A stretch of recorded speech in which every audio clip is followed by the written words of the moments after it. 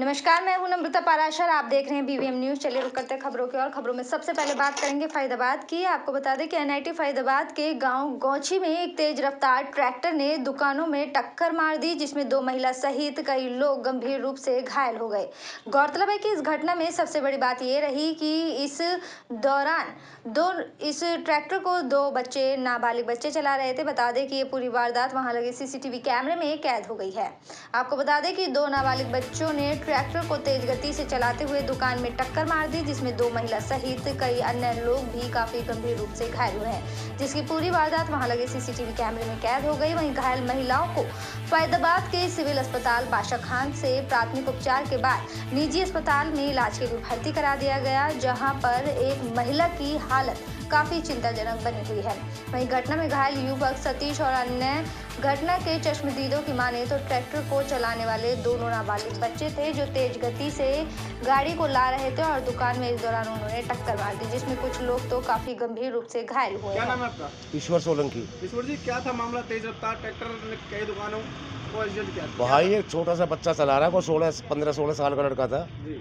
उससे पता नहीं कैसे अनबैलेंस हुआ है और 2-3 दुकानों में टक्कर मारी है। वो एक तो गर्म काम हो रहा था, वो बर्गर वगैरह बना रहे हैं, उसका हाथ पैर जड़ गया है, मोटरसाइकिल तोड़ दी।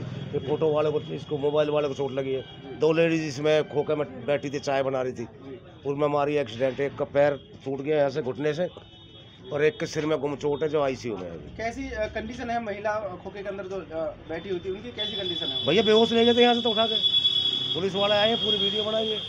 कितनी लापरवाही है चालक की? हद से ज्यादा। क्या नाम है आपका? मेरा नाम सतीश कुमार है जी। सतीश जी, क्या था मामला? तेज रफ्तार ट्रैक्टर ने कई दुकानों को।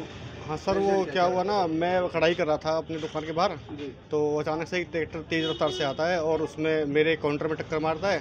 उसके बावजूद एक मेरा पड़ोसी था, वो कुर्सी पर बैठा हुआ था, वो बाल बचा है। उसके बाद में साइड में एक दुकान और भी है, उसमें टक्कर मारी है और टक्कर मारने के बाद वो सारा खोखा चाय का खोखा था। सर, एक वीडियो वायरल हो रहा है, ट्रैक्टर दुकान में घुसा है। सर, क्या था सर ये पूरा मामला? ये 28 तारीख को एक राहगीर ने हमें सूचना दी थी कि जैसे ट्रैक्टर वाले से सामने कुछ एक बच्चे का एक्सीडेंट हुआ है, लेकिन अभी तक हमारे पास किसी ने इस बारे में लिखित में शिकायत नहीं दी है। ना कोई ऐसी हॉस्पिटल से रुका डॉक्टरी वगैरह आया है, ना कोई, लेकिन हमने एहतियात के तौर पर ट्रैक्टर को खड़ा करवा रखा है। सर, इसमें जो महिला है घायल है और सीरियस है और एक युवक भी काफ़ी जला है। सर, अभी हमारे पास इस बारे में किसी प्रकार की अभी कोई सूचना नहीं है। बढ़ता अगली खबर की और। नगर परिषद पलवल में कर्मचारी अधिकारियों की लापरवाही की लगातार मिल रही शिकायतों के बाद आखिरकार पलवल विधायक दीपक मंगला ने इस पर संज्ञान लेते हुए नगर परिषद कार्यालय में छापामार कार्यवाही की, जहां पर उन्होंने अधिकारियों की मिलीभगत से परिसर में काम करने वाले लोगों से काम करवाने के बदले रकम वसूल करने वाले एजेंट को भी मौके से पकड़ लिया है। शहर थाना पुलिस के हवाले कर दिया गया है। बता दें कि छापामार कार्यवाही के दौरान उनके साथ निगरानी समिति के चेयरमैन मुकेश सिंगला भी मौजूद रहे। अक्सर विवादों में रहने वाले नगर परिषद पलवल में लगातार मिल रही शिकायतों के चलते पलवल विधायक दीपक मंगला ने परिषद में छापेमारी के दौरान मौके से कथित एजेंट को भी पकड़ा है। आरोप है कि ये इस तरह के कई एजेंट नगर परिषद में सक्रिय है। नगर परिषद में मौजूद एक पीड़ित पवन गोयल ने बताया कि वो पिछले 3 महीने से प्रॉपर्टी आईडी के लिए नगर परिषद के कर्मचारी और अधिकारियों के चक्कर लगा रहे हैं, लेकिन उनकी आईडी बनाकर नहीं दी जा रही। आपको बता दें कि किसी भी प्लॉट या मकान की बिक्री के दौरान उसकी रजिस्ट्री के लिए प्रॉपर्टी आईडी बेहद जरूरी होती है। ऐसे में प्रॉपर्टी खरीदार या बेचने वाला प्रॉपर्टी आईडी को प्राप्त करने के लिए कुछ भी करने के लिए मजबूर होता है, जिसका फायदा नगर परिषद के कुछ कर्मचारी पिछले लंबे समय से उठा रहे हैं। आम आदमी को भले ही प्रॉपर्टी आईडी आसानी से बनाकर नहीं दी जाती, मगर यही आईडी रजिस्ट्री कराने वाले दलालों को मिनटों में बनाकर दे दी जाती है, जिसकी एवज में वो भी लूट मचाने में कोई कोर कसर नहीं छोड़ते। बनने के लिए आज तक प्रॉपर्टी आईडी नहीं बनी मेरी। तो कौन अधिकारी, किससे मुलाकात हुई है, कौन आपका काम नहीं कर रहा? बीआई साहब से भी होली है, यहाँ पर जितने भी सबसे होली, जो बीआई साहब सबसे होली, यानी कोई भी नहीं छोड़ा। क्या समस्या बता रहे हैं? पता नहीं, सुनवाई नहीं है। वो 3 महीने से फाइल पड़ी थी, अब लेके जा रहा हूँ वापसी। तो आपको कोई काम नहीं कर रहे हैं? तो काम किसी का नहीं कर रहे। इस मामले को लेकर क्या आपकी उच्च अधिकारियों से मुलाकात हुई क्या? नहीं, यही तो ये मेरी कमेटी में हम तो जानते हैं। जो नगर परिषद के ईओ है यादव जी, ईओ साहब से कही है। ईओ साहब से मैं 10 बार कह के आया हूँ, हाँ बन जाएगी। तब भी आपका काम नहीं हुआ? नहीं हुआ। तो क्या चाहते हैं कि क्या कार्रवाई करना चाहेंगे आगे? वही पीछे से पोर्टल चालू नहीं है, कभी तब वो यहाँ पे काम नहीं हो रहा, कभी कुछ नहीं हो रहा, कभी कुछ ना कुछ करते रहते हैं। तो कभी कहते हैं जी हाँ वो आपका कहना है कि नगर परिषद में कोई भी काम नहीं हो रहा, कमेटी एरिया में नहीं आ रहा। हुड्डा सेक्टर 2 कमेटी एरिया में नहीं आ रहा तो कौन सा आएगा? 1344 नंबर प्लॉट है मेरा, हुड्डा सेक्टर 2 में नहीं आ रहा है। तो क्या इस मामले को लेकर आगे को कार्रवाई करेंगे हम? कार्रवाई क्या आज कह रहे हैं, आज कर देंगे जी, देखो कर देते हैं तो ये नहीं। आज आपकी टीम के द्वारा पलवल के नगर परिषद में औचक निरीक्षण किया गया, क्या कारण है और क्यों ऐसा आपको आना पड़ा? नहीं, नगर परिषद में कुछ प्रॉपर्टी आईडी बनने के लिए, प्रॉपर्टी ट्रांसफ़र के लिए कुछ मामले आ रहे थे। कुछ अधिकारियों की भी लापरवाही थी, कुछ टेक्निकल भी दिक्कत थी। तो आज मैंने यहाँ आकर के देखें कि क्या दिक्कतें हैं, क्या बात है। कुछ यहाँ अधिकारियों की भी दिक्कत और कुछ यहाँ अधिकारियों की कमी भी, उसको लेकर के यहाँ आना हुआ। और जिन पब्लिक के लोगों को जो परेशानी आ रही थी वो परेशानी ना रहे। एक हमने कहा था कि एक यहाँ हेल्प डेस्क भी हो, जो आम जनमानस है उसको चक्कर ना काटना पड़े। इसीलिए एक बार देखने के लिए क्या यहाँ हेल्प डेस्क है, यहाँ क्या दिक्कतें, क्या परेशानी है, इसलिए। चलिए खबरों में रुक करेंगे। अब कुरुक्षेत्र का अंतर्राष्ट्रीय गीता जयंती समारोह के लिए मुख्यमंत्री मनोहर लाल ने प्रेस कॉन्फ्रेंस की। इस दौरान सांसद नायब सैनी, प्रदेश के खेल मंत्री संदीप सिंह, गीता मनीषी, स्वामी गयानंद महाराज भी वहां पर मौजूद रहे। धर्मनगरी कुरुक्षेत्र खासकर ब्रह्म सरोवर को दुल्हन की तरह सजाया गया। मुख्यमंत्री मनोहर लाल ने कहा कि हर बार गीता महोत्सव से पहले प्रेस कॉन्फ्रेंस करते हैं, लेकिन इस बार धर्मनगरी कुरुक्षेत्र जो पूरे विश्व में विख्यात है, उस जगह पर जहां 2 दिसंबर से 19 दिसंबर तक अंतर्राष्ट्रीय गीता जयंती समारोह चलेगा, वो मीडिया से रूबरू हुए और लोकसभा स्पीकर ओम बिरला, केंद्रीय पर्यटन मंत्री, गुजरात के राज्यपाल समेत कई अन्य लोग भी यहाँ पर आएंगे।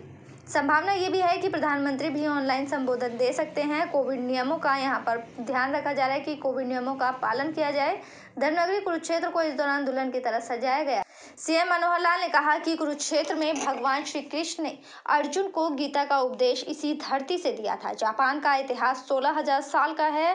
आज मैं जापानी लैंग्वेज की क्लास लगा रहा था, तब ये पता चला कि गीता हर व्यक्ति के जीवन के लिए सिखाती है।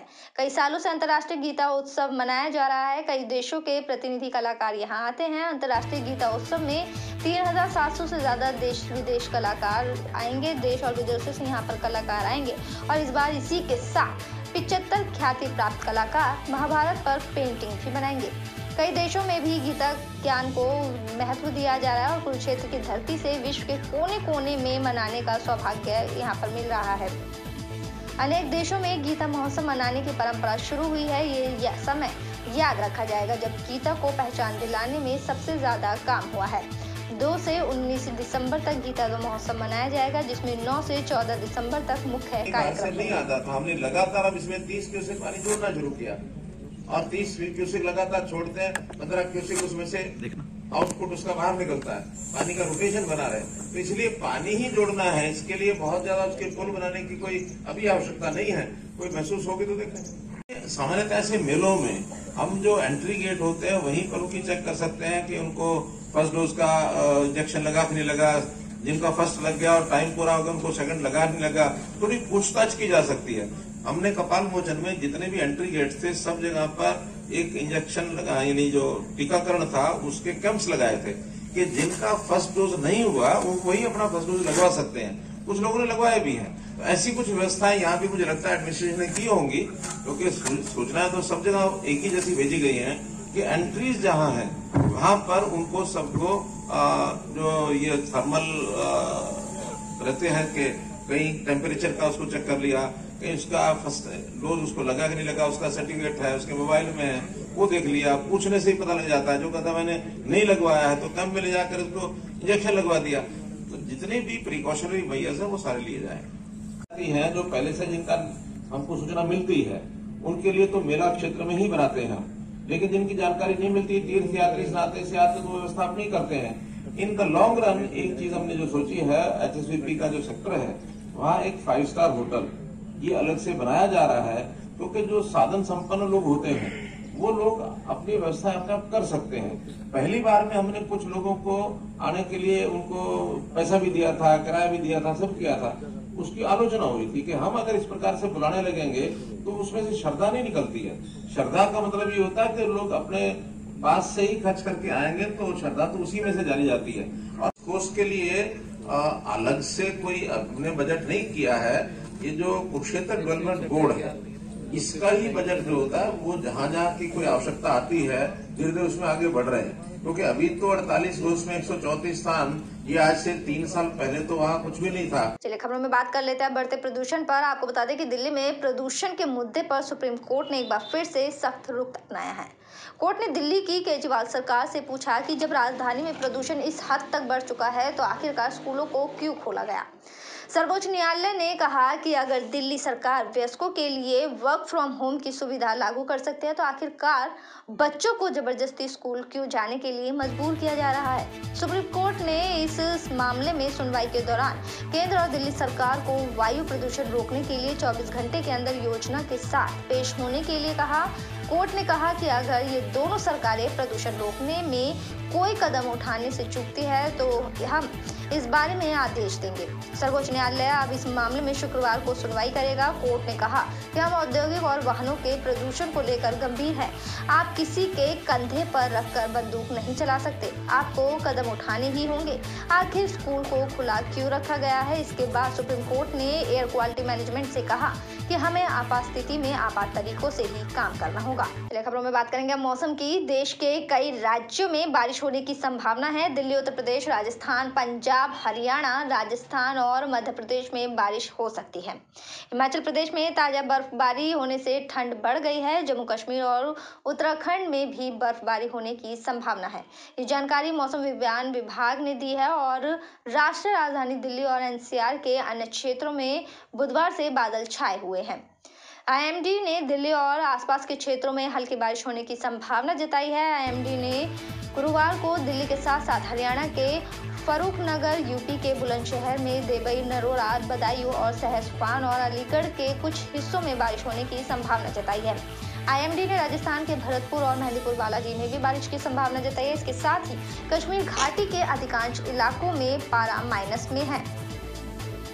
प्रदेश के इलाकों में इस सर्दी का पहला हिमपात इस महीने की 4 तारीख की शाम से 6 तारीख तक होने की संभावना है। कश्मीर के मैदानी इलाकों में हल्की बर्फबारी होने की भी संभावना है, जबकि ऊंचे इलाकों में भारी बर्फबारी हो सकती है। चलिए खबरों में बात करेंगे अब संसद के शीतकालीन सत्र के पहले दिन ही राज्यसभा के 12 सदस्यों के खिलाफ कड़ी कार्यवाही की गई।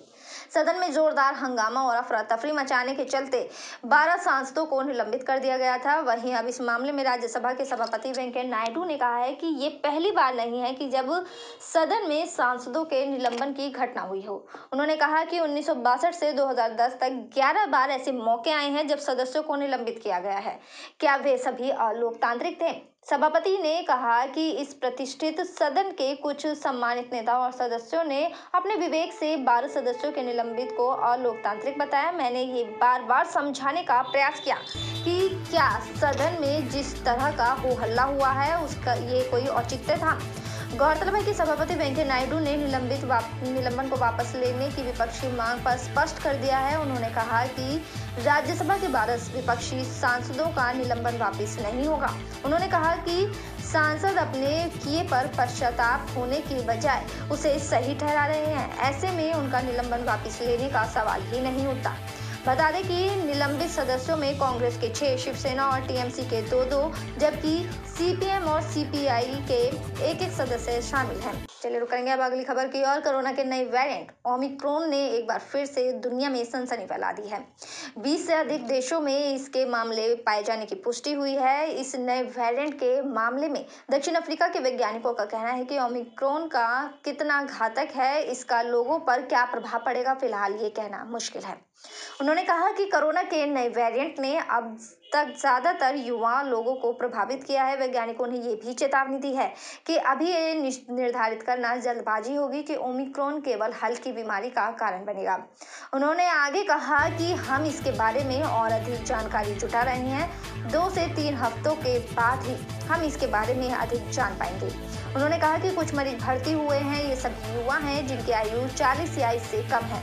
दक्षिण अफ्रीकी सरकार और वैज्ञानिकों ने 25 नवंबर को कोरोना के नए वेरिएंट की घोषणा की थी। इसके बाद WHO ने इसे ओमिक्रॉन का नाम दिया। नए वेरिएंट का पता लगने के बाद अमेरिका, यूरोपीय संघ, कनाडा, इजराइल, ऑस्ट्रेलिया और अन्य देशों ने कई दक्षिण अफ्रीकी देशों से यात्रा पर रोक लगा दी है। वहीं कुछ देशों ने दक्षिण अफ्रीका से आने वाली उड़ानों पर भी प्रतिबंध लगा दिया है। अगली खबरों में बात करेंगे अब बंगाल की सीएम पर आई विपत्ति के बारे में। केंद्र सरकार को घेरने के लिए बंगाल की सीएम ममता बनर्जी खूब दौरे कर रही है। देश की मुख्य पार्टियों के वरिष्ठ नेताओं से भी मिल रही है। इसी बीच मुंबई में एक बीजेपी नेता ने उनके खिलाफ पुलिस में शिकायत दर्ज कराई है। शिकायत में लिखा है कि पश्चिम बंगाल की सीएम ममता बनर्जी ने कथित तौर पर बैठने की स्थिति में राष्ट्रगान गाया, फिर अचानक 4 या 5 छंद के बाद वो रुक भी गई।